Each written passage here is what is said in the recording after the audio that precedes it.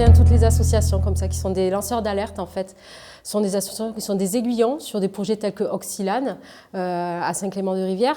Donc du coup, pour nous, c'est des associations qui sont importantes parce qu'elles portent la parole des citoyens.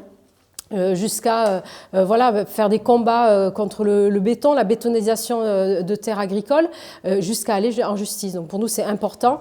Et les collectivités, les élus devraient voir ces associations comme des partenaires qui justement sont là, des gardiens de la biodiversité et des terres végétales.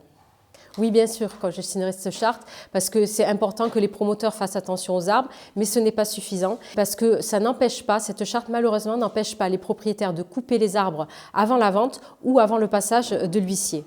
Donc ce qu'il faut faire, c'est avant tout faire un inventaire des arbres remarquables et de tous ces espaces boisés qui sont importants, qu'il faut préserver à Montpellier et à l'extérieur.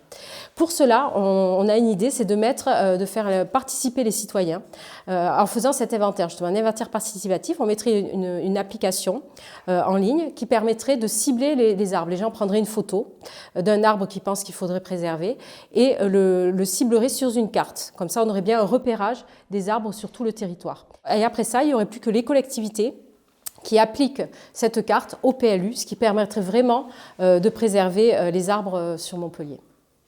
Eh bien, alors, le souci, c'est que dans le PLU à l'heure actuelle, ils ont obligation, les constructeurs, entre 0 et 30% d'espace libre boisé.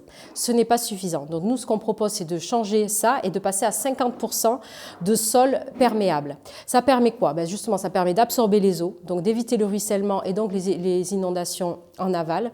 Ça permet de faire de l'ombre, mais pas que, d'absorber aussi la pollution de l'air et donc d'assainir l'air.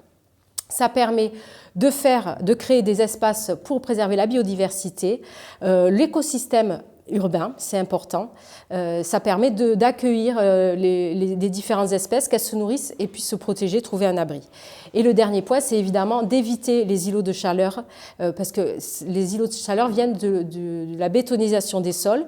Le sol absorbe la chaleur, la restitue, ce qui n'est pas le cas sur des sols qui sont végétaux. Donc c'est vraiment ça, c'est notre manière de dire non au béton, c'est de passer à 50% de sols naturels dans les nouvelles constructions. Eh bien, c'est une forêt urbaine justement pour créer un corridor à Montpellier, pour justement développer cet écosystème urbain qui est mal en ce moment.